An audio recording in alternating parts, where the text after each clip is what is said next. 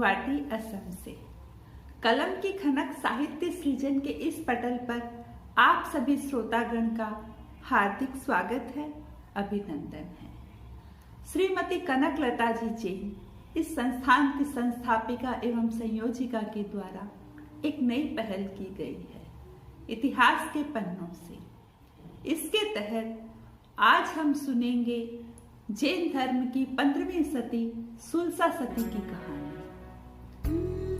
तो चरम तीर्थपति श्रमण भगवान महावीर का शासन हम सबको प्राप्त हुआ। शासन शब्द बोलते हैं, वैसे शासन जैसा कोई शासन या राज्य जैसा कुछ नहीं है, वह तो उससे निकली हुई ज्ञान धारा है। जिस ज्ञान धारा हम अपनी जिज्ञासा को समाहित करने का सुअवसर जीवन में जिसे धर्म का ज्ञान होता है, वह किस तरह अपने भीतर आकुलता व्याकुलता से मुक्त रह पाता है। जिसे ये ज्ञान नहीं होता है, वह हर प्राप्त परिस्थिति में या तो कुछ कमियां देखता है या खुद भी अन्य आकांक्षाओं से घिरा रहता है। खुद के प्रति और जगत के प्रति कहीं न कहीं असंतुष्ट भी बना रहता है। लेकिन जिसे धर्म का बोध हो जाता है, उसके भीतर शंकाएं, चिंताएं, आकुलता, व्याकुलताएं खुद ब खुद शांत हो जाती है। उसे हम निर्वाण कहते हैं। इसलिए धर्म का मार्ग है निर्वाण। हमारे ग्रंथों में वर्णन आता है सुलसा सती का।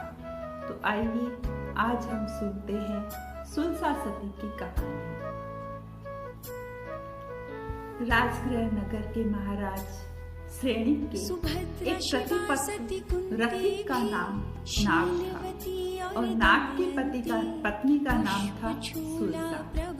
सुलसा पतिपरायण और दृढ़ धर्मणी नारी थी। भगवान महावीर की परम श्राविकाओं में उसका प्रमुख स्थान था।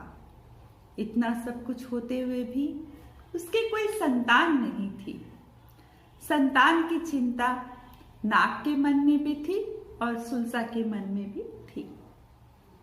फिर भी अपने कृत कर्मों का परिपाक मानकर सुलसा धर्म ध्यान में अपना समय बिताती थी। नाग को दूसरा विवाह करने का नियम था। सुलसा संतान प्राप्ति के लिए कोई भी धर्म विमुख उपक्रम या अनुष्ठान नहीं करना चाहती थी। वह पूर्ण क्षमताशील होकर अपना जीवन बिता रही थी। एक बार देवेंद्र ने देव सभा में सुलसा की समता की सराहना करते हुए कहा, सुलसा इतनी समता वाली है, चाहे उसकी कोई भी कितनी भी हानि क्यों न कर दे, परंतु उसे क्रोध नहीं आता। यह बात एक देव को नहीं जची। उसने परीक्षा लेने की ठानी और वह एक साधु का रूप बनाकर सुलसा के घर आता है। सुलसा ने उसे वंदना करके आहार पानी लेने की प्रार्थना की। वो देव बने हुए साधु ने कहा, भोजन देने वाले तो नगर में बहुत मिल जाएंगे, मुझे तो तेरे यहाँ से लक्षपाक तेल लेना है। परम प्रसन्न बनी सुलसा लक्षपाक तेल का घट उठाकर ले आई।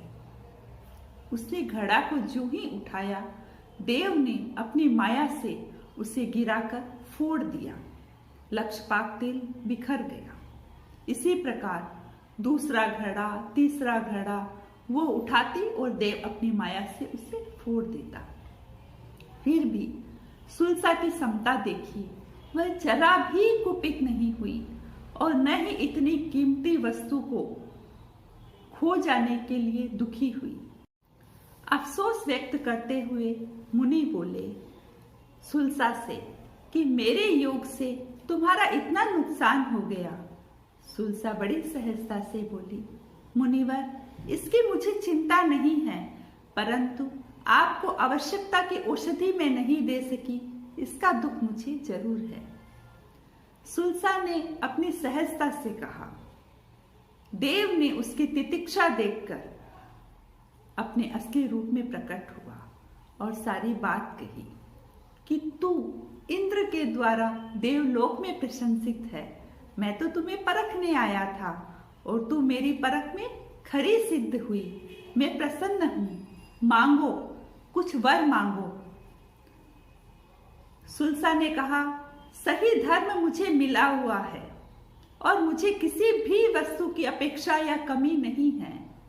फिर भी देव ने बहुत आग्रह किया तो सुलसा ने कहा, अगर आप देना ही चाहते हैं तो मुझे एक पुत्र रत्न होने का उपाय बताइए।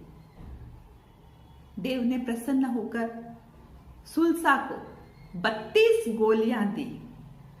कितनी? 32।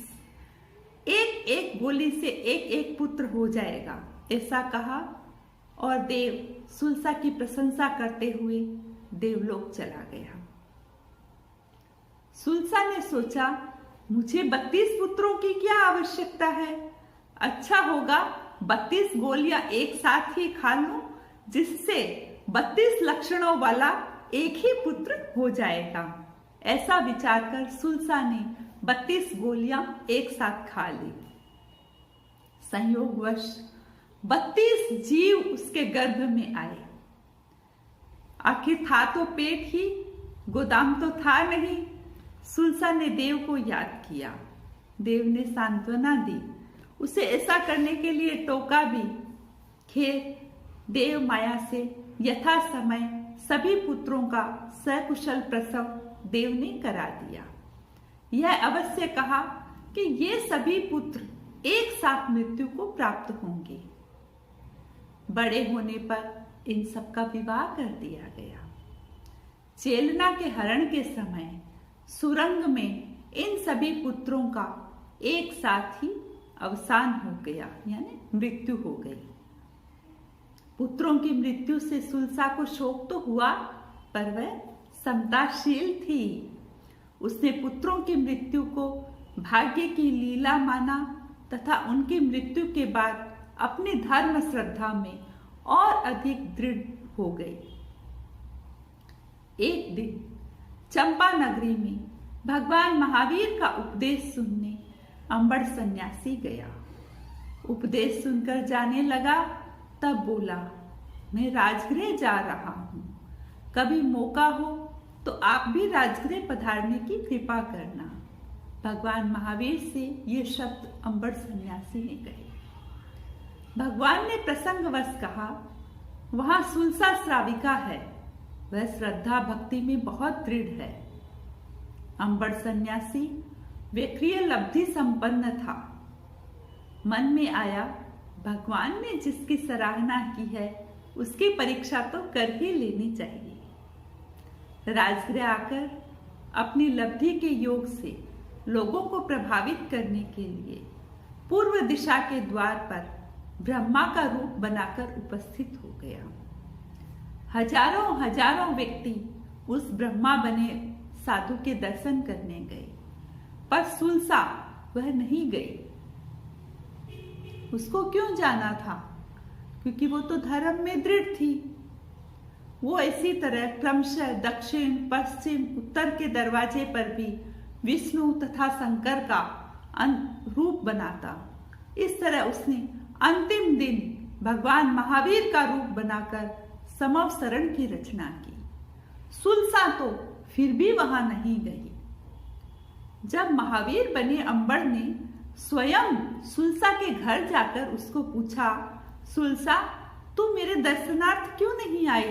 क्या मैं महावीर नहीं हूं?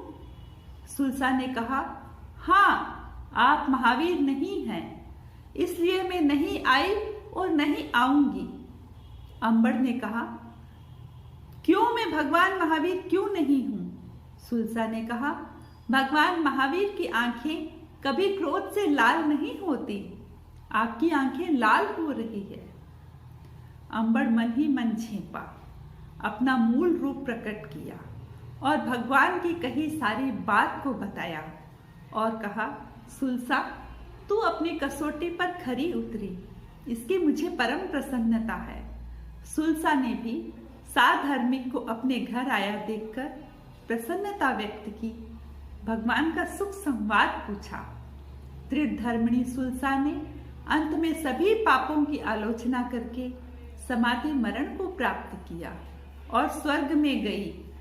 वहां से च्यवन करके अगली 24वीं में निर्मम नाम का 15वां तीर्थंकर बनेगी। इन्हीं शुभ भावों के साथ ओम अरहम।